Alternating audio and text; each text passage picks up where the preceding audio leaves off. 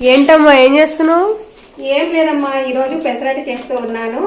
ఈ పెసరట్టు చేయడానికి ఏమేమి ఇంగ్రీడియంట్స్ వాడాను అంటే పాలకూర, కొత్తిమీర, జీలకర్ర, పచ్చిమిర్చి, అలాగే పొట్టుతో కూడినటువంటి పెసలు. సో హై ప్రోటీన్తో కూడినటువంటి ఉల్లి పెసరట్టు. ఓకేనా, రండి మరి చూద్దాం. పెసలు ఒక 4 గంటల పాటు బాగా నానబెట్టుకొని రుబ్బుకునేటప్పుడు ఇందులో పాలకూర, కొత్తిమీర, జీలకర్ర, అల్లము, పచ్చిమిర్చి వేసేసుకొని మంచిగా ఈ విధంగా రుబ్బుకొని అల్లం చట్నీ, మనకు హోటల్ స్టైల్ ఇన్స్టెంట్గా చేసుకుంటాం చూడండి, అలాంటి అల్లం చట్నీ చేసేసుకొని తింటే ఉంటుంది. అబ్బా సూపర్ అండి.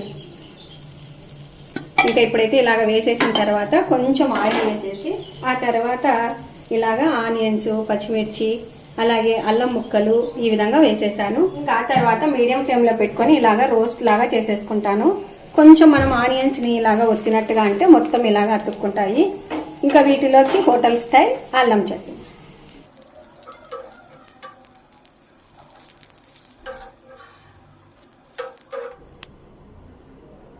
కరకరలాడే ఉల్లి పెసరట్టు, హై ప్రోటీన్తో కూడినటువంటి పెసరట్టు. రండి మరి.